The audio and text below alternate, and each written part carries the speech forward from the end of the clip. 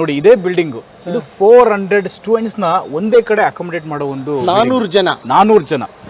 400 ಜನನು ಒಂದೇ ಕಡೆನೇ ಇರ್ತಾರೆ. ಆಲ್ಮೋಸ್ಟ್ ಈ ಲೆಕ್ಕಾಚಾರಕ್ಕೆ ಬಂದ್ರೆ ನೀಟು CET ಅಂದ್ರೆ ಆಗ್ಲೇ ಮಾತಾಡ್ತಾ ಇದ್ರಿ, ಕರ್ನಾಟಕದಲ್ಲಿ ಏಕೈಕ ನಂಬರ್ 1 ಅಷ್ಟು ಸ್ಟೂಡೆಂಟ್ಸ್ ಒಂದೇ ಜಾಗದಲ್ಲಿ ಹಾಸ್ಟೆಲ್ ವ್ಯವಸ್ಥೆ ಇದೆ ಅಂದ್ರೆ ಅದು ನಮ್ಮ ಎಕ್ಸೆಲ್ ಅಕಾಡೆಮಿ ಅಂತ ಹೇಳಿದ್ರೆ ನೋಡ್ತಾ ಇರ್ಬೋದು ಸ್ನೇಹಿತರೆ. ನೋಡಿ ಎಷ್ಟು ದೊಡ್ಡದಾಗಿದೆ ಬಿಲ್ಡಿಂಗು, ಜೊತೆಗೆ ಒಂದು ಗೇಟೆಡ್ ವ್ಯವಸ್ಥೆ ಆಗಿರ್ಬೋದು, ಎಲ್ಲಾ ಸೆಕ್ಯೂರಿಟಿ ಸೇಫ್ಟಿನೂ ಇದೆಯಲ್ಲ ಸರ್ ಇಲ್ಲಿ. ಹೌದು ನೋಡಿ, ಎಲ್ಲೂ ಆಚೆ ಮಕ್ಕಳು ಹೋಗದಿರೋ ಥರನ ವ್ಯವಸ್ಥೆ ಮಾಡಿರ್ತೀವಿ ಇಲ್ಲಿ. ಇನ್ನು ಒಳಗಡೆನೂ ಕೂಡ ನಾವು ತೋರಿಸ್ತೀನಿ ಹೇಗಿದೆ ಅಕಾಮಿಡೇಷನ್, ಮತ್ತೆ ಅವರಿಗೆ ಫುಡ್ ಫೆಸಿಲಿಟಿ ಯಾವ ರೀತಿ ನಾವು ಅರೇಂಜ್ ಮಾಡಿರ್ತೀವಿ ಡೈನಿಂಗ್ ಹಾಲ್ ಎಲ್ಲ ನೋಡ್ಬೋದು. ಬನ್ನಿ ಸರ್. ಓಕೆ, ನೋಡೋಣ ಬನ್ನಿ ಸ್ನೇಹಿತರೆ. ಇದು ನಮ್ಮ ಮಕ್ಕಳಿಗೆ ಡೈನಿಂಗ್ ಹಾಲ್ನ ನಾವು ಈಗ ಪ್ರೊವೈಡ್ ಮಾಡಿದ್ವಿ. ನೀವು ನೋಡ್ತಾ ಇರ್ಬೋದು ಎಷ್ಟು ಶಿಸ್ತಾಗಿದೆ ಮತ್ತು ಹೈಜೆನಿಕ್ ಆಗಿದೆ, ಎಷ್ಟು ಶಿಸ್ತಬದ್ಧವಾಗಿ ನಾವು ಅರೇಂಜ್ ಮಾಡಿದ್ದೀವಿ ಅಂತ. ಇಲ್ಲಿ ಮಕ್ಕಳಿಗೆ ಆ ಟೈಮಲ್ಲಿ ಕೂಲಾಗಿ ಕಾಮಾಗಿ ಕೂತ್ಕೊಂಡು ಊಟ ಮಾಡಿ ಅವರು ಚೆನ್ನಾಗಿ ಒಂದು ಹೆಲ್ತನ್ನು ಮೇಂಟೈನ್ ಮಾಡಲಿ ಅಂತ ಹೈಜೆನಿಕ್ ಆಗಿ ಮೇಂಟೈನ್ ಮಾಡಿದ್ವಿ. ಈ ಡೈನಿಂಗ್ ಹಾಲ್ನ ಈ ಥರ ನಾವು ಪ್ರೊವೈಡ್ ಮಾಡಿದ್ವಿ. ನಂಬರ್ 1 ಇನ್ಸ್ಟಿಟ್ಯೂಟಲ್ಲಿ ನಂಬರ್ 1 ಡೈನಿಂಗ್ ಹಾಲು ಕೂಡ ಇರಬೇಕು ಅಂತಾನೆ ಈ ಥರ ಪ್ರೊವೈಡ್ ಮಾಡಿದ್ದೀವಿ ಸರ್. ಪ್ರತಿಯೊಂದು ಫ್ಲೋರಲ್ಲಿ ಸರ್ ಈ ಥರ ಸ್ಪೇಸ್ಫುಲ್ ಆಗಿ ನಾವು ಅರೇಂಜ್ ಮಾಡಿರ್ತೀವಿ. ಇಲ್ಲಿ ಮಕ್ಕಳು ಅವ್ರಿಗೆ ಏನಾಗುತ್ತೆ ನಡ್ಕೊಂಡು ಹೋಗ್ಬೇಕು ಅಂತಂದ್ರೂ ಸ್ಟೇರ್ ಕೇಸ್ ಯೂಸ್ ಮಾಡ್ಬೋದು, ಲಿಫ್ಟಲ್ಲಿ ಅಂದರೆ ಲಿಫ್ಟಲ್ಲಿ ಯೂಸ್ ಮಾಡ್ಬೋದು. ಈ ಥರ ಬಿಲ್ಡಿಂಗು ಎಂಟೈರ್ ಕೋಚಿಂಗ್ ಸೆಂಟ್ರಲ್ಲಿ ಎಲ್ಲೂ ಕೊಡಲ್ಲ. ಲಿಫ್ಟ್ ವ್ಯವಸ್ಥೆ ಕೂಡ ಈ ಥರ ಜಸ್ಟ್ ಸ್ಟೂಡೆಂಟ್ಸ್ಗೆ. ಹೌದು, ಬಂದ್ರು ಅಡ್ಮಿಷನ್ ಆದ್ರೂ ಹೋದ್ರು ಬಿಡು ಅನ್ನೋ ಇದರಲ್ಲಿ ಲಿಫ್ಟಲ್ಲಿ ಹೋಗ್ತೀರಾ, ಲಿಫ್ಟ್ ವ್ಯವಸ್ಥೆ ಕೂಡ ಇದೆ. ನಡ್ಕೊಂಡು ಹೋಗ್ತೀರಾ ಆ ಥರ ವ್ಯವಸ್ಥೆ. ಟೋಟಲ್ 4 ಫ್ಲೋರ್ ಅಲ್ಲ ಸರ್? 4 ಫ್ಲೋರ್ ಇದೆ ಸರ್. ಸರ್ ನೀವು ನೋಡ್ಬೋದು ಇಷ್ಟು ಸ್ಪೇಸ್ಫುಲ್ ಆಗಿ ನಾವು ವ್ಯವಸ್ಥೆ ಮಾಡಿದ್ದೀವಿ. ಗಾಳಿ ಬೆಳಕು, ನಮಗೆ ಲೈಟ್ ಇಲ್ಲ ಅಂದ್ರೂ ಪರವಾಗಿಲ್ಲ, ಹಿಂಗೆ ಬೆಳಕು ಬರ್ತದೆ ಆ ಥರನೇ ನಾವು ಎಲ್ಲ ಅರೇಂಜ್ ಮಾಡಿದ್ದೀವಿ ಬಿಲ್ಡಿಂಗ್ದು. ಸರಿನಾ? ಇದಾದಮೇಲೆ ನೀವು ಓಡಾಡೋಕ್ಕೆ ಮಕ್ಕಳು ಸ್ಪೇಸ್ಫುಲ್ ಆಗಿರಲಿ ಅಂತ ನೋಡಿ ಈ ಥರ ಬಿಲ್ಡಿಂಗೇ ನಾವು ಸೆಲೆಕ್ಟ್ ಮಾಡಿದ್ದೀವಿ. ನೀವು ಕಾಣಿಸ್ತಾ ಇದೆ ತುಂಬಾ ಚೆನ್ನಾಗಿ. ಮೈಂಡಲ್ಲಿ ಹೇಗೆ ಬರುತ್ತೆ ಅಂದ್ರೆ ತುಂಬಾ ಕಸಿ ಬಿಸಿ ಅಂತ ಇರುತ್ತೆ, ಆ ಥರ ಹಾಸ್ಟೆಲ್ ವ್ಯವಸ್ಥೆನ ನಮ್ಮ ಮೈಂಡಿಗೆ ಬರ್ತಕ್ಕಂಥದ್ದು. ಅದನ್ನೆಲ್ಲ ತಲೆಯಲ್ಲಿ ಇಟ್ಕೊಂಡೆ ಒಂದು ಪ್ರೀ ಪ್ಲಾನ್ ಕರೆಕ್ಟ್ ಆಗಿ ಮಾಡಿದಿರಿ ಅಂತ ಅನಿಸ್ತಾ ಇದೆ.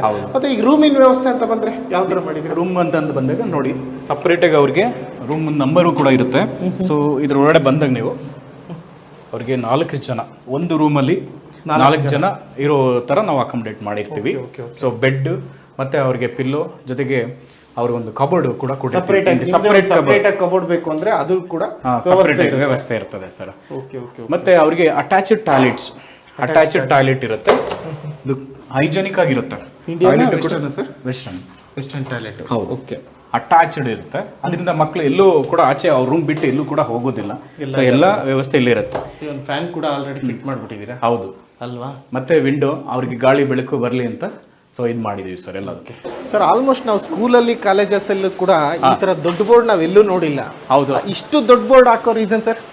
ಸರ್ ಇದು ಇಷ್ಟು ದೊಡ್ಡ ಬೋರ್ಡ್ ಹಾಕೋ ರೀಸನ್ ನಿಮಗೆ ನೋಡಿರ್ಬೇಕು. ಎಲ್ಲೂ ನೀವು ಹೇಳ್ತಾ ಇದ್ದೀರಾ ಎಲ್ಲೂ ಹಾಕಿಲ್ಲ ಎಲ್ಲೂ ನೋಡಿಲ್ಲ ಅಂತ.